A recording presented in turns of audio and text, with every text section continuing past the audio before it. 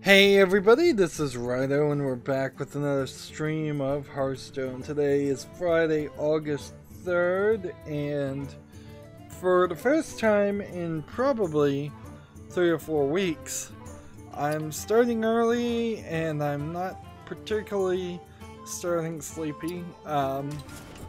Is that to say my insomnia is cured, I'll never have a problem with it again? No, but there is at least a little bit of...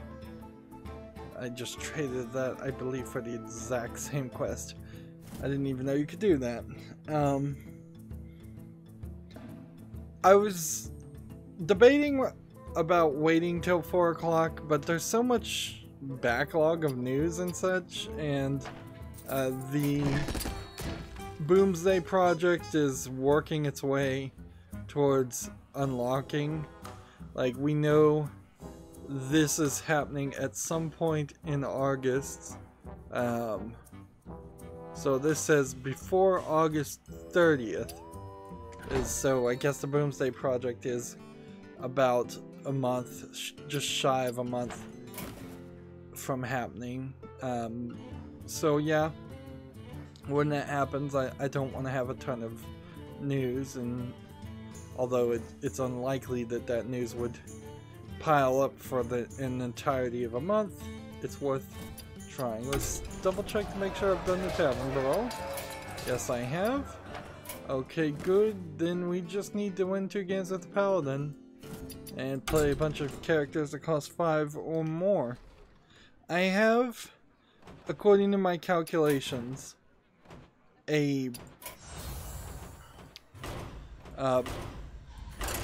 2 more hours of Borderlands I need to record, at which point that I should have all the footage and need to schedule all the footage of Borderlands to make sure it lines up with the beginning of October, and then I need to take a break from playing Borderlands 2 and work my way into doing all the horror games. I will fight with honor. Some interesting turn of events. Well, basically one interesting thing has happened in the past 4 or 5 hours of playing Borderlands 2.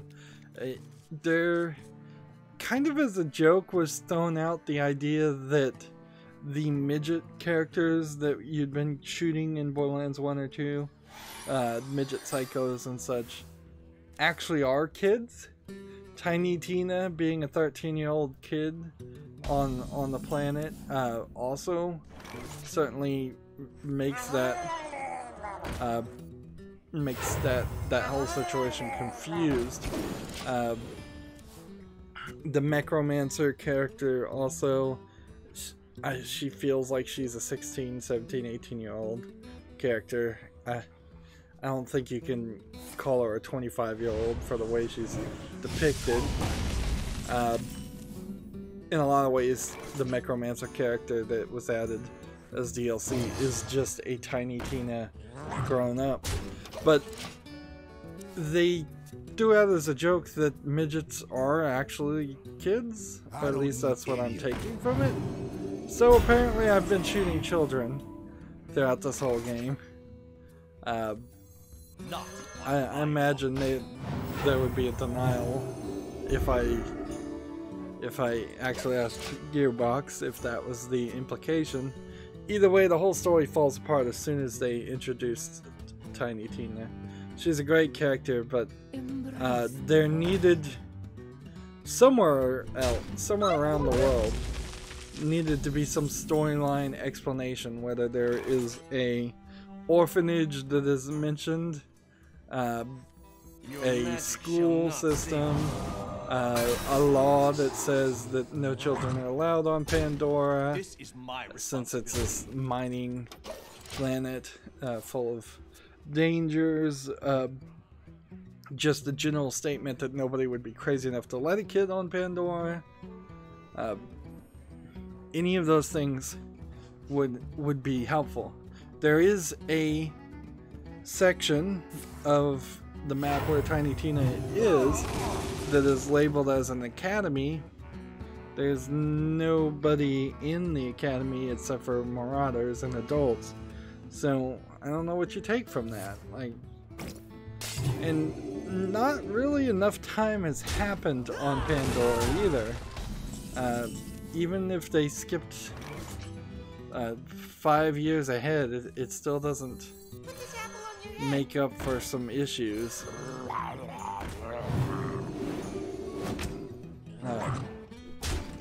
Ideally, Borderlands 2 would have happened an entire generation after Borderlands 1. There's really no reason not to. It was already set in the sci-fi fantasy world, so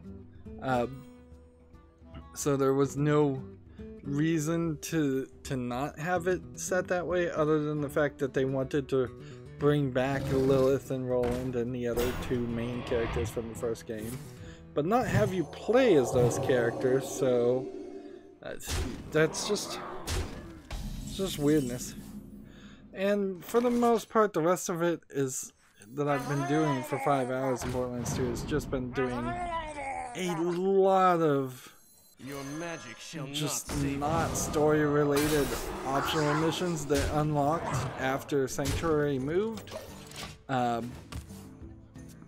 It's very odd. A lot of these missions should have been unlocked earlier, so it feels like the only right way to play the game is to move the story really, really close to the end of the main story and then start doing some of the optional missions.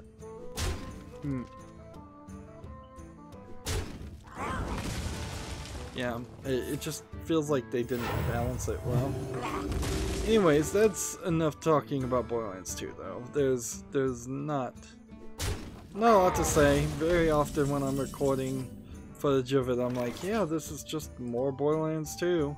It's not blowing me away. It's not as reminiscently entertaining as Borderlands 1, because Borderlands 1 certainly did have this have an amazing impact on my life, where Borderlands 2 not so much. It's just more of the same. And so 6 months to a year from now, if I get around to playing Borderlands the pre-sequel, I imagine I'll say the exact same thing too. It's like, well, this is just more Borderlands 2. And in retrospect, in 2018, when there's so many other games to play, it's hard to justify playing an old game like Borderlands 2 or Borderlands the pre-sequel. For justice.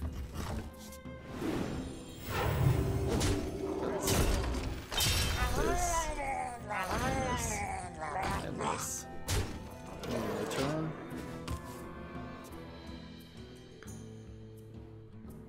So, first game we have on Steam is called Learn Japanese to Survive Kanji Combat. I want to know if this is the same developer, first and foremost, as the other developers of the Learn Japanese to Survive series. Yes, it is. In fact, they have a Learn Japanese to Survive trilogy for $20.67. Any Japanophile of any sort will have some slight ambition to try to learn Japanese. It's hard, certainly, particularly whether or not you're just trying to learn the language hearing it, or whether you're trying to learn the reading of it. For justice. For me, I don't think I'm likely to ever fully learn reading the kanji, and whereas a few key phrases I can get. So this looks like a kind of RPG Maker game with turn-based combat where you're fighting kanjis, and I can see some of these symbols are sort of simplistic ones, like the number 3, for instance. San, I recognize, and I know that it's an iterative language, so if you understand the simple basic symbols really, really well, you can translate the more complicated symbols. At least you sort of can. Reporting for duty. But I don't know how looking at this game you're actually learning any of the language other than you're just fighting them. And yeah, this just looks like a turn-based RPG with education slapped on it. Let's see.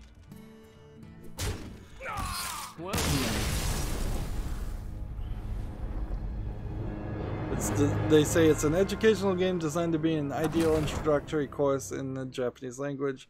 It's the third game in the Smash Hit series following Hiragana Battle and Katakana War. So this new game teaches you the separate parts of a separate part of Japanese, the kanji writing system. Everything you need to start learning Japanese is contained within this game. And I think start is heavily emphasized, needs to be emphasized here. Learn over 200 kanji characters. If you only had an understanding of 200 words, which is basically what a kanji character is, you're not proficient in a language. You're at the level of somebody with a Uther versus Nemzi. journalist, a tourist dictionary. I will fight with honor. Inherently, learning a new language needs to be immersive. You need to have either a tutor or a parent who speaks and writes and reads that language. It needs to be... I've heard the system where you speak a secondary language inside the home, and then when you get out and outside the home you speak the regular language that is more common to the area. So in the United States you might speak, say, Spanish or French inside the home and then English outside the home, since English is the most prevalent language in the United States. But by the time... What is the rating on this game? This is an interesting thought. Does it have a rating? No. But by the time you're to the age that you'd want to play this, you're probably a Japanophile teenager, and it's probably a little too late. And even at that, like when you're in, when I was in middle school and junior high, and high school, that's the only time that they started to push any of the students, or even allow any of the students, to take a secondary language classes, and it's just like way too late. Like you're definitely not going to succeed well with that system. So clearly in my education it was just not a good system. Yeah, there's some weirdness here. Like these are basically, they look more like they are Western animations than actual Japanese animations, but they're definitely going for an anime style. Also, this game is only in English, so if a Japanese person was trying to learn here, or even double check to see what was being taught, they're certainly not accommodating that.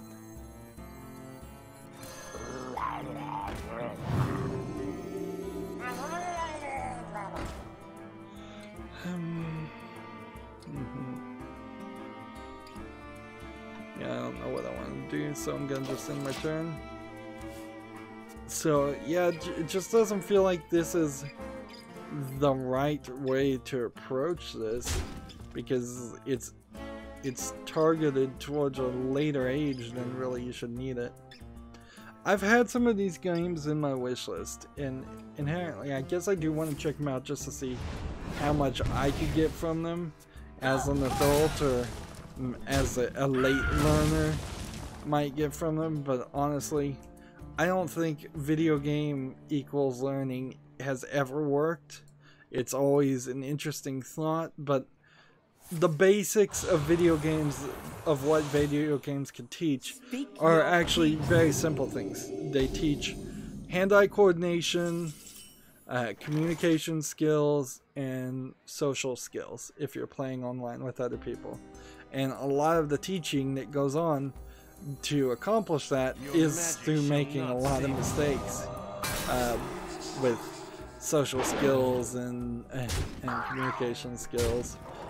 You get a little bit of puzzle logic and problem solving, and you get a little bit of determination getting taught.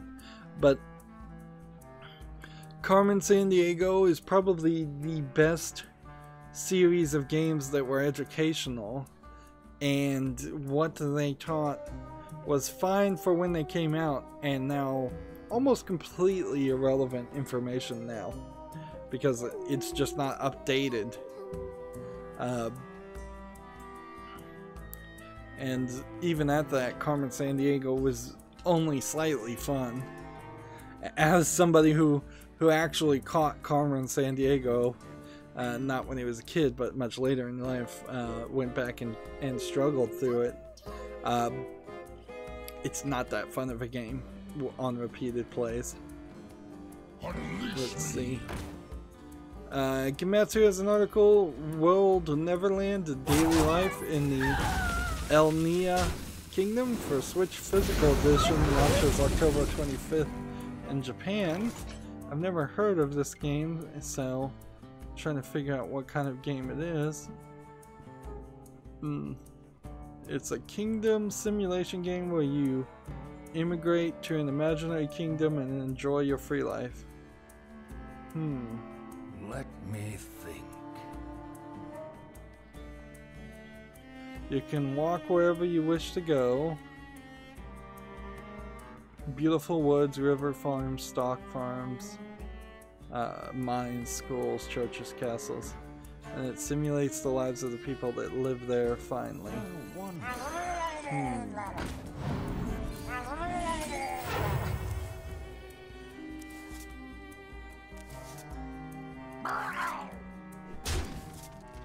Job's done. I must move quickly. See,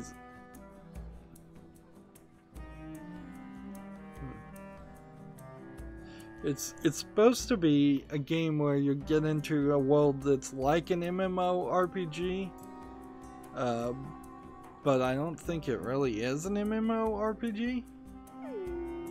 This is an interesting idea for a game, but it clearly has never come to the West, because this is not the first one in the series. It feels kind of like a cell phone game too, with kind of a top-down perspective and low detail, polygon animations of characters. Yeah, and little chibi characters, small short characters. Yeah. Honestly, it doesn't feel like there's too much to do in this game. It seems like maybe there's some mini games here and there, but no inherent story overall. Put this apple on your head. Let's see. Your magic shall not save you. Alright, PC Gamer has a review of Madden NFL 19. They gave it a 75. I think that's probably all I need to know. By the time I got around to playing a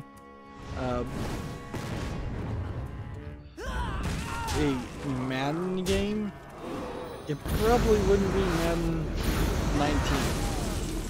Their sum up paragraph at the end says Madden 19 offers a fantastic single player story, but the rest of the game largely falls into the same tropes you experienced a decade ago.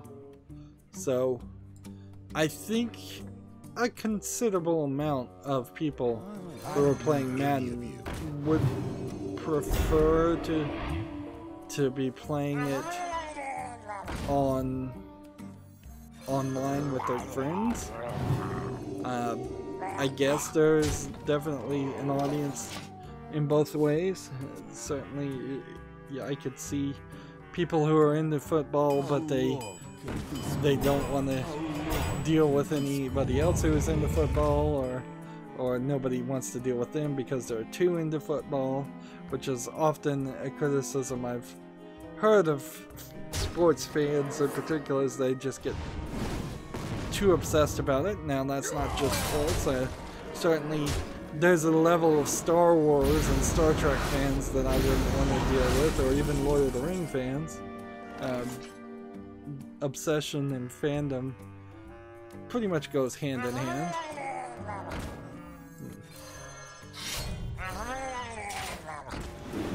Let's see. For justice. We've got a game on Steam called Majin Woman. Majin is, I think, Japanese for monster. It says control a giant girl and protect the Earth from the invasion of the circular-style side-scrolling shooter. In the name of world peace, you can use melee combat to pave a path through the foes, then devour them, or obliterate the legions with a giant holy machine gun. Interesting. This seems like it might be something like Rampage, except for you're playing as a giant girl and on a round planet.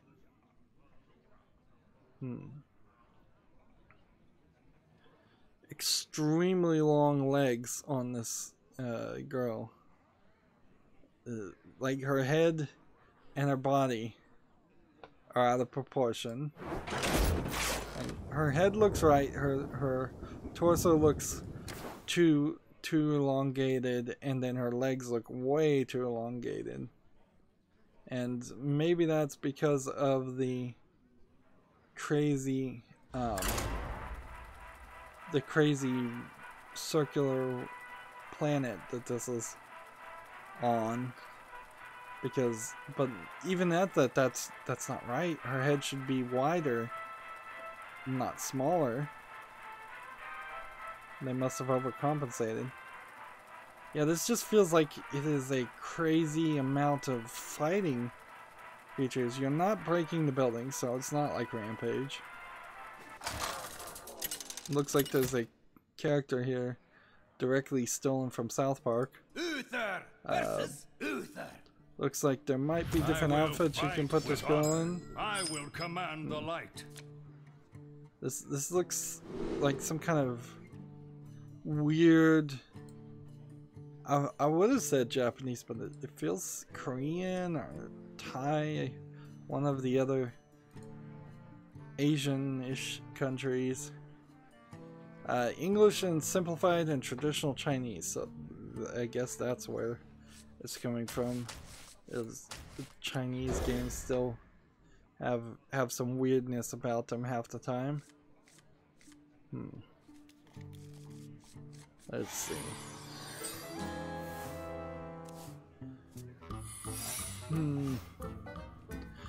I kind of would love to see this game just look more visually interesting, but the main issue as I'm watching the video is just how incredibly busy the screen is.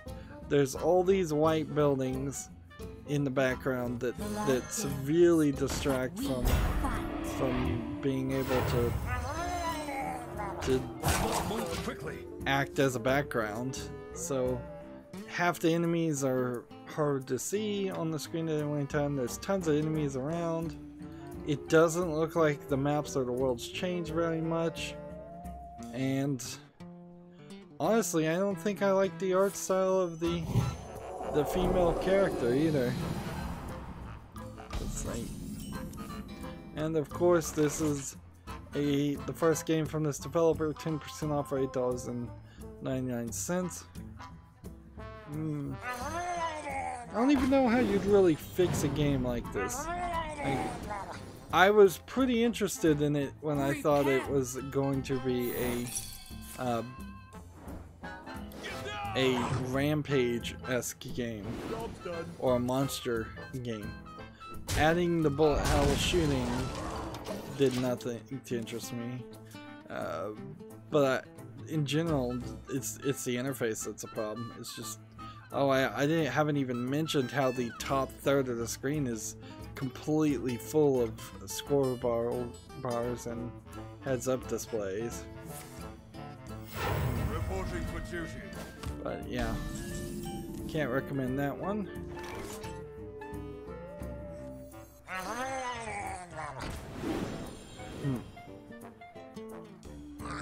So I mentioned last stream that, or in a recent stream, that Randy Pitchford joined the Fig board, and so from that I heard an announcement that a old game is getting a sequel, or at least it's going to try to get a sequel, try to be funded on Fig, called Starflight. So Starflight 3 is apparently I wonder.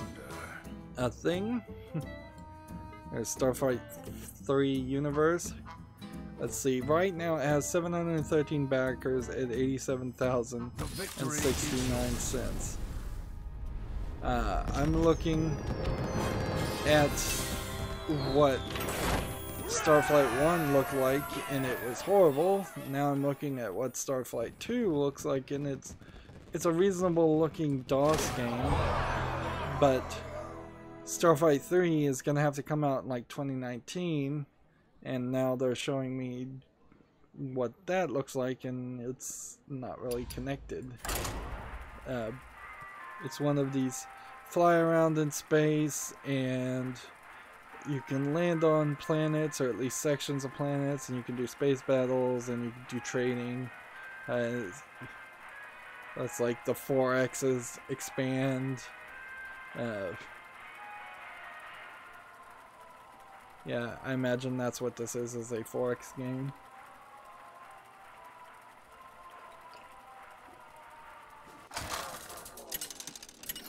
So since this is the first I've ever seen a game being announced by Randy Pitchford, I kind of assume that Fight with honor.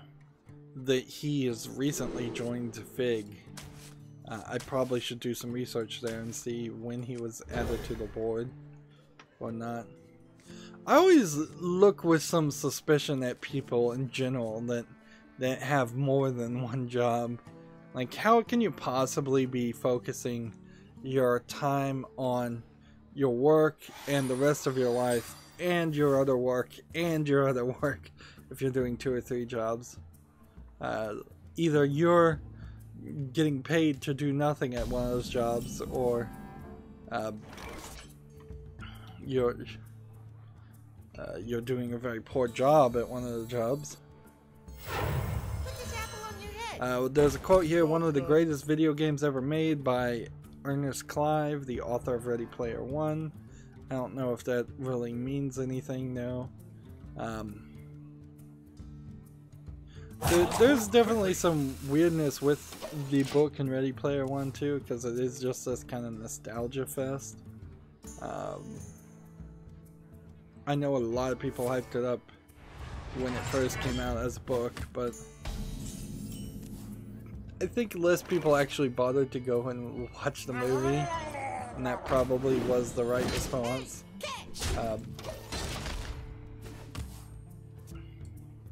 Certainly, I want to reiterate that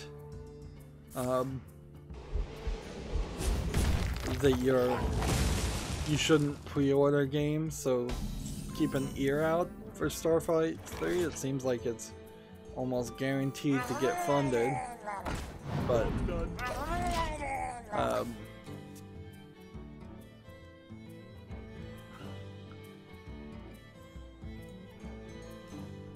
like, Try this. yeah, I don't think I don't recommend anybody actually fund this. Okay. We've got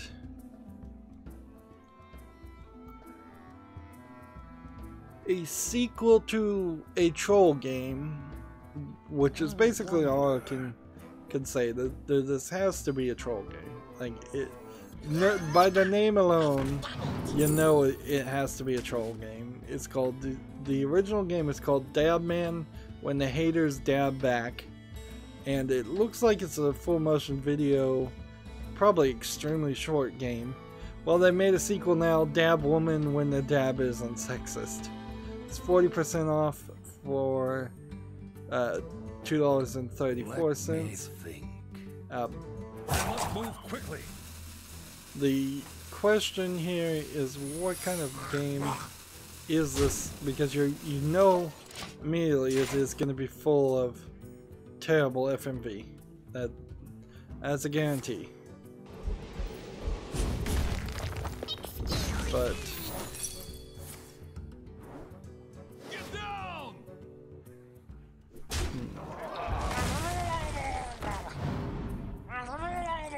See, and this honestly probably isn't an offensively like bad troll game either. This is probably just a bunch of kids in their backyard with a couple $100 and enough knowledge on how to make an FMV game. It seems like from the videos I'm seeing, it's just a bunch of people having fun, you know, teenagers, really. But it's one of those wholesome light troll games, I guess. That in the old days, before troll immediately meant trying to swing popular opinion to some horrible belief, that's like I don't even know if there's a term now for something like this. Yeah. I mean, it's still troll, but it's like a wholesome troll, as best as I can tell. But I also see no indicator that there's any button prompts or gameplay at all. It says it's an RPG strategy action adventure indie. That's according to the tabs. And honestly, I don't see a reason personally why I'd want to play this game. It just seems like it's not something that's gonna have a story worth criticizing. Almost inherently, it's immune from criticism from me because the only thing I could say is what I've just said. It's a troll. It's achieving. It seems like it's achieving its goal perfectly fine, which is to make a bad-looking game and have fun doing it. Let's see. We don't need to talk about the Fate Extella Link DLC has a new trailer with new characters and costumes.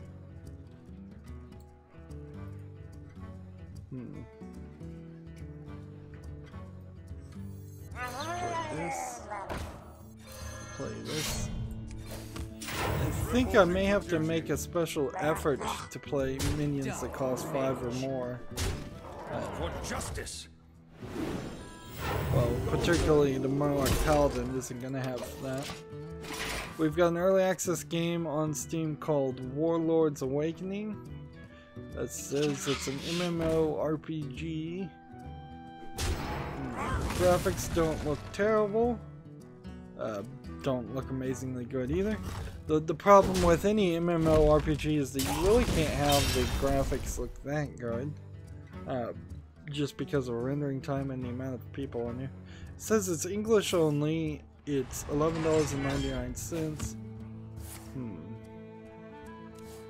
Yeah. The only thing that would really make me recommend an MMORPG is if this company has made something previously, and that's just not the case. So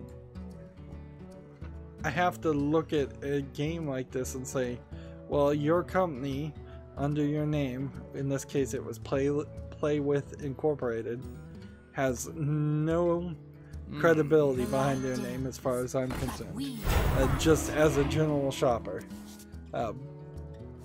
So I have no reason why I should get committed and start playing a MMORPG, which would require a lot of commitment. To be fair, Warlords Awakening is mostly positive, 75% of 49 users, but you need a massive player base. I'm not even sure World of Warcraft, as the biggest, most popular MMORPG, is worth playing.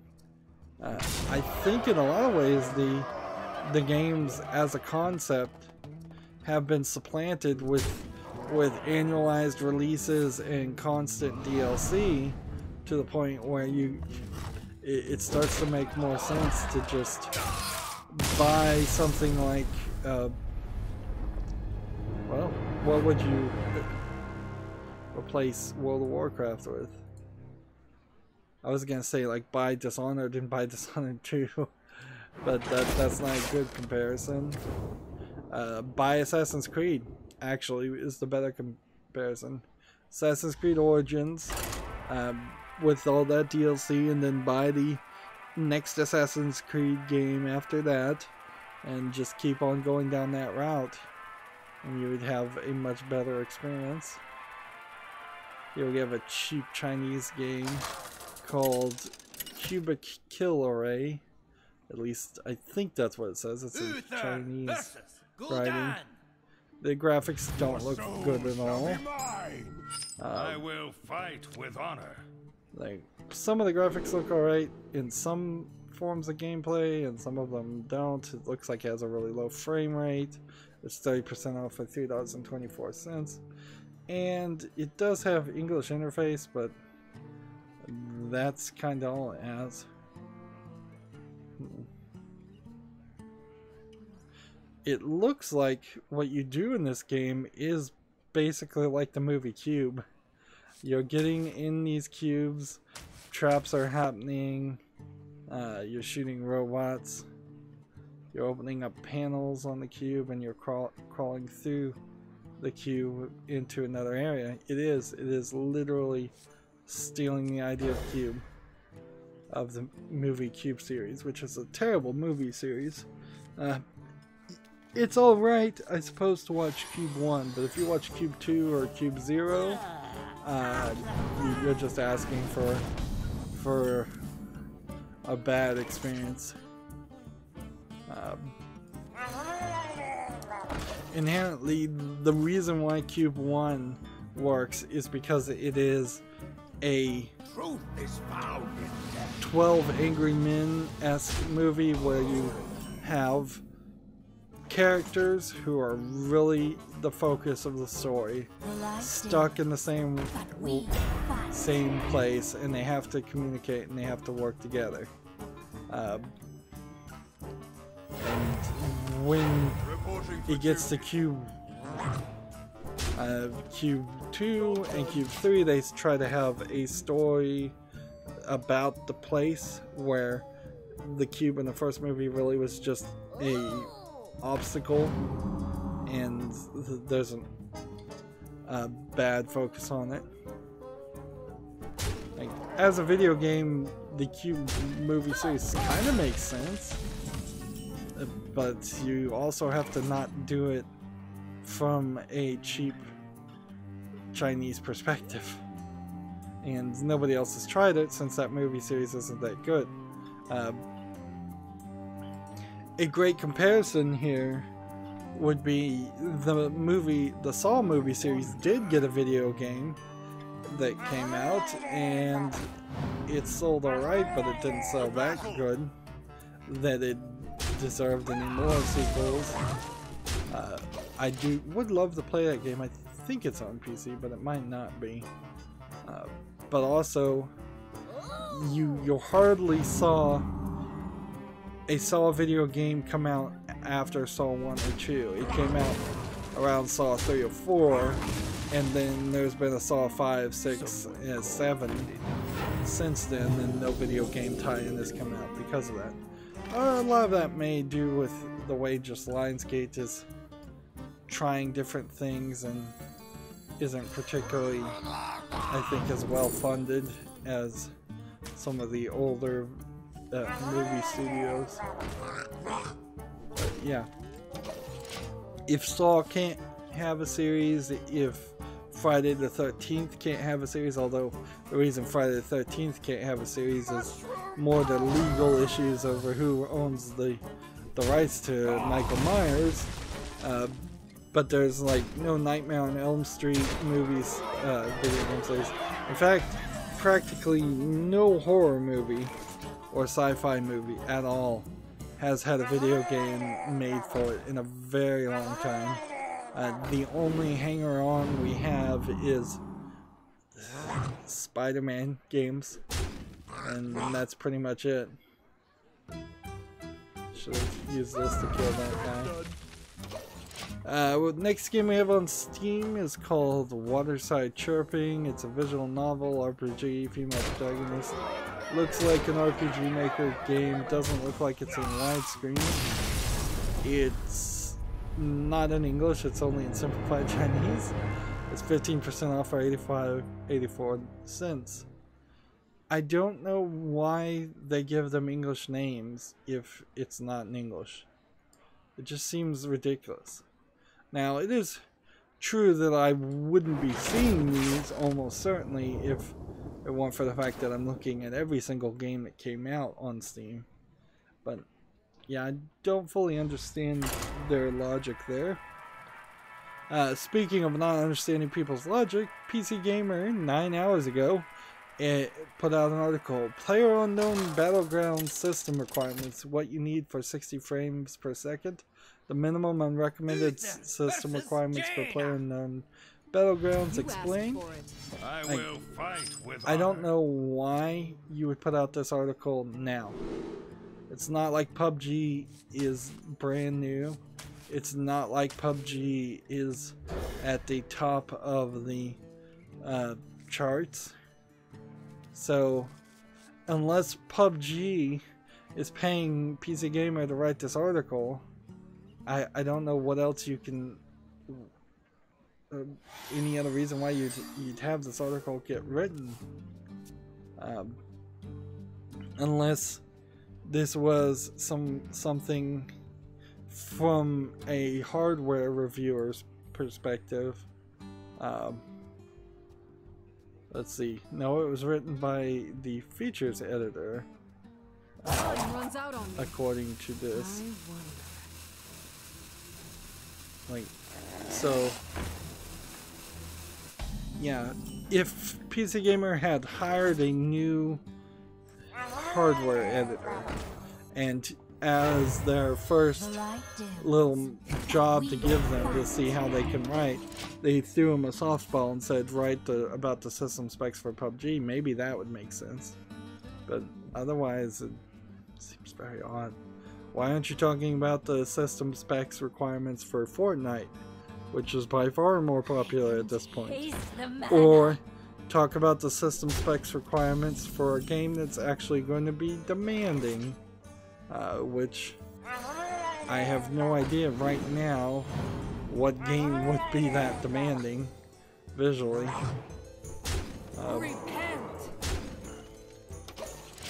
Gamma Citra has an article, Obituary, game programmer, designer, and interactive fiction author Stu Galley.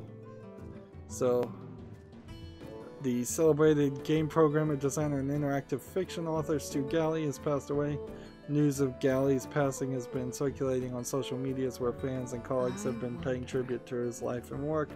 Galley was perhaps best known for creating some notable interactive fiction titles during his time as a senior game designer at Infocom. He was the driving force behind popular games like Moon Mist, Sea Stalker, and The Witness, which the latter of which won multiple awards, including Best Computer Game of the Year, according to accolade from Electronic Games magazine. I assume The Witness that they're talking about is the most recent game called The Witness, and not some really old Infocom game called The Witness. But it's totally possible that there's been 2 or 3 games called The Witness. After Infocom was acquired and eventually shut down by Activision, Galley left the company for pastures new and began working as a sales system analyst for Thinking Machine Corporation before eventually joining MIT as a system engineer. When asked whether or not he enjoyed his job in a 1986 interview with ZZAP exclamation point magazine, or Zap I guess, Galley responded with a memorable quote that highlights the pioneering work he was doing at the time.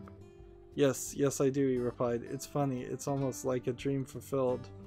But up until a few years ago, I had no idea what my dream was because I had no examples to go by. So, more and more we are running into instances, and this is just going to happen, of older programmers passing away. They're just hitting that age. Let's see, from the picture he looks like he was at least in his 50s, if not older. If he was working at Infocom, he probably is 50, 60. Unfortunately, any of these obituaries, they never really say anything about how he died, so you never get that answered. Let's see.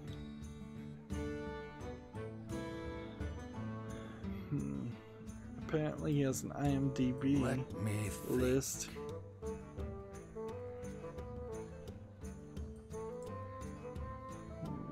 That doesn't help. I'm trying to see what.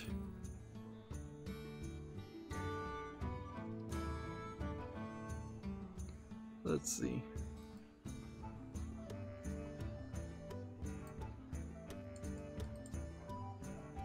Yes, The Witness is an Infocom Activision game. I must move quickly. Yeah, so it's not the latest Witness game. I don't have enough mana.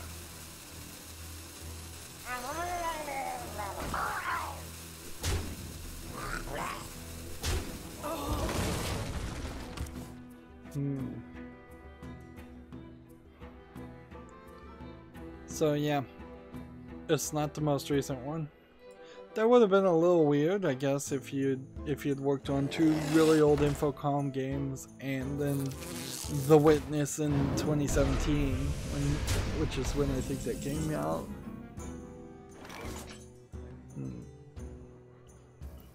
And I imagine if that obituary wasn't being written by a video game website, they would mention what he was doing at MIT or other things he's accomplished.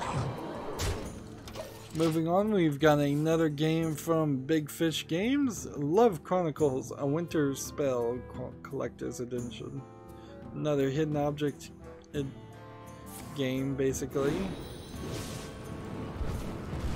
Although it's only being tagged as an adventure and a casual game, $12.99 with no discount.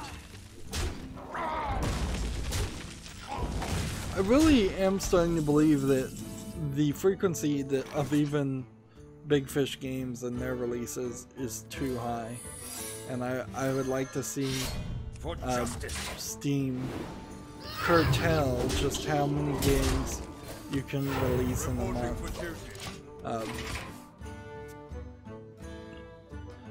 Like,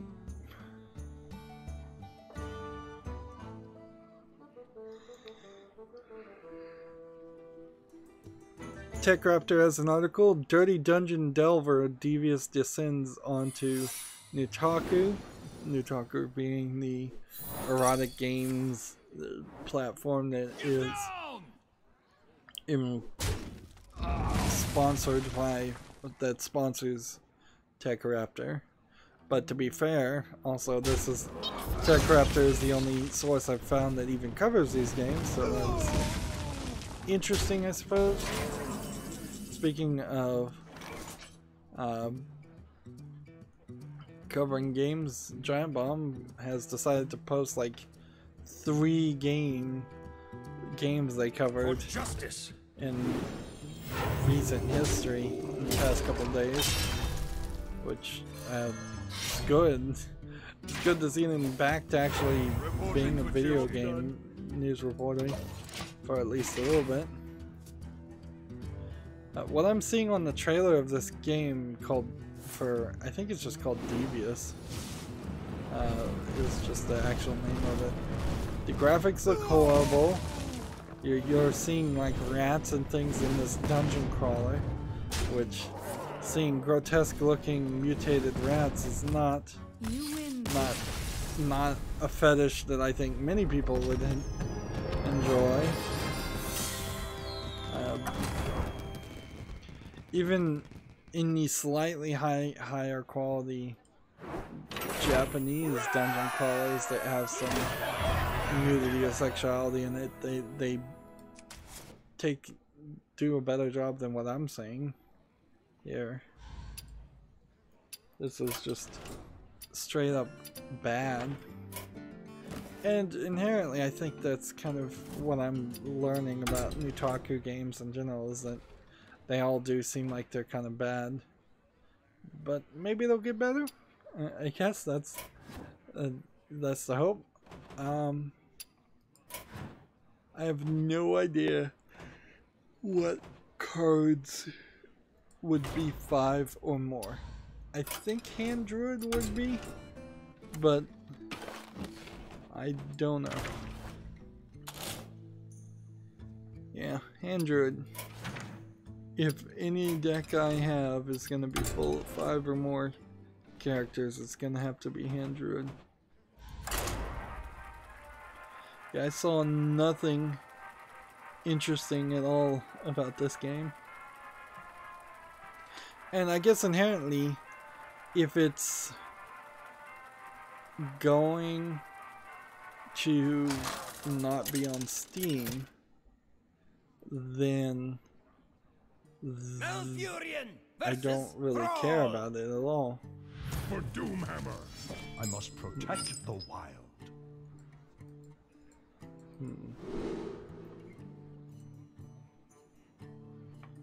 Yeah.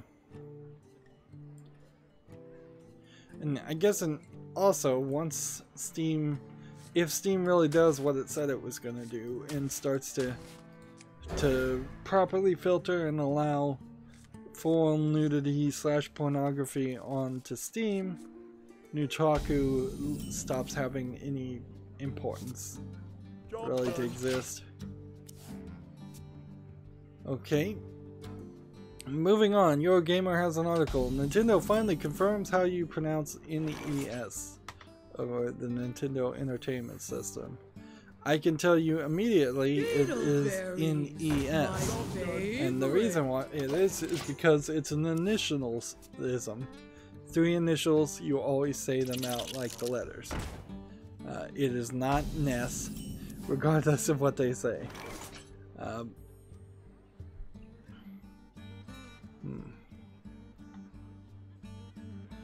I don't know if there's really even a debate there, actually. Like, because if you call it a NES, you're still basically saying NES. Like, it's not the GIF or GIF argument where it is where there's actually a distinctive different sound being made. It's just a slight emphasis on different syllables. The thing here is whatever response that comes out too is not going to be from the people who made the NES, you know, 20, 30 years ago. So how much faith are you really going to put into Reggie Fils-Aimé telling you? Let's see. According to this article, there's arguments between NES, and NES, which I've never heard of anybody say in NES. Like, you can go NES and NES, and it's basically the same thing. These arguments are dumb regardless. These are stupid internet arguments.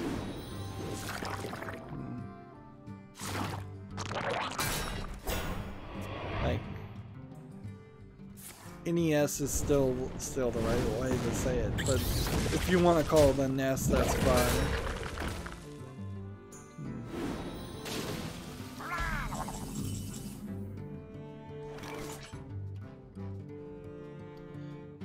Nintendo's themselves, according to this tweet that they're referencing, says it's pronounced NES, N-E-S-S, which is fine, whatever.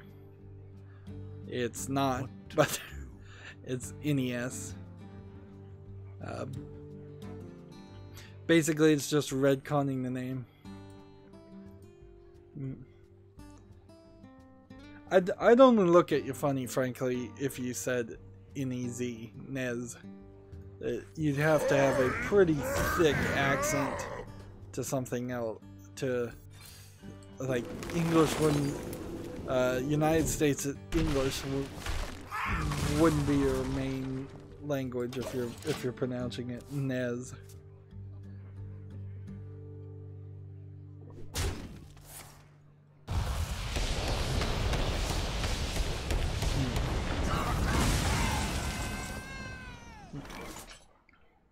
A bigger question is, was the Super Nintendo ever called the Super NES, or in official information, or is that just a issue of some people just assuming that that's what it says? What does the Super Nintendo actually say on its packaging? Like, it could be saying Super Nintendo Entertainment System, or Super NES, or it could be saying Super Nintendo and that's it.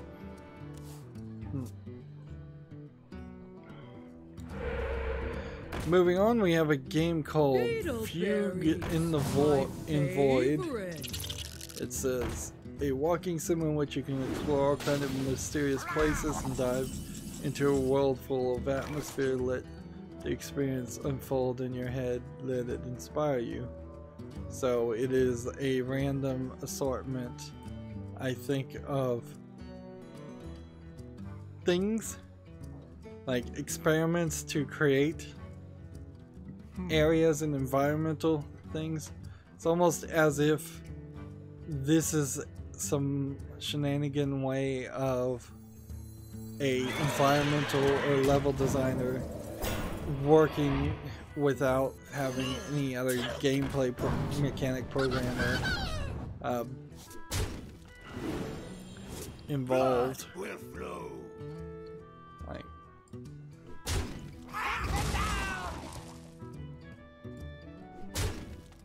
the future is now.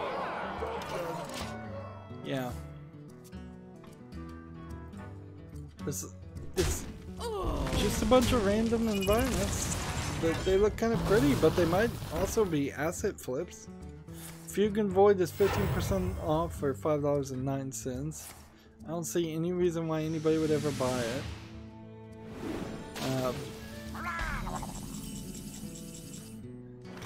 It's just not what video games are.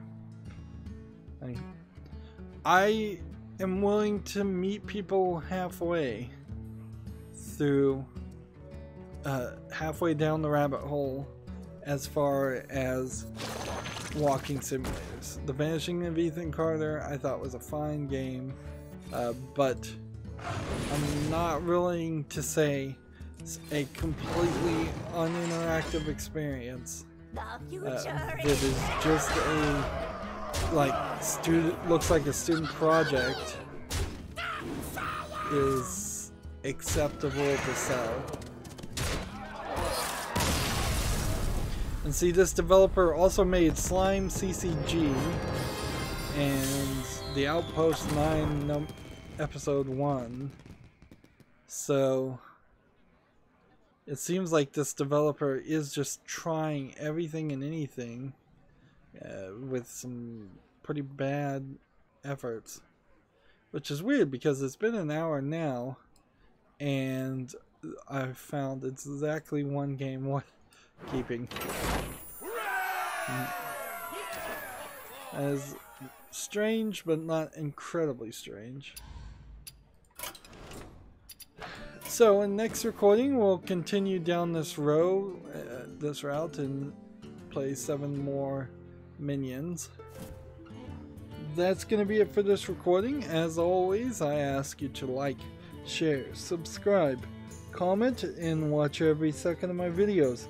If you want a friend or follow me on any social media sites, there's a whole bunch of links down below in the description box. And if you want to support me even further, friend me on Steam, gift me a game. Thank you for watching. Have a good evening.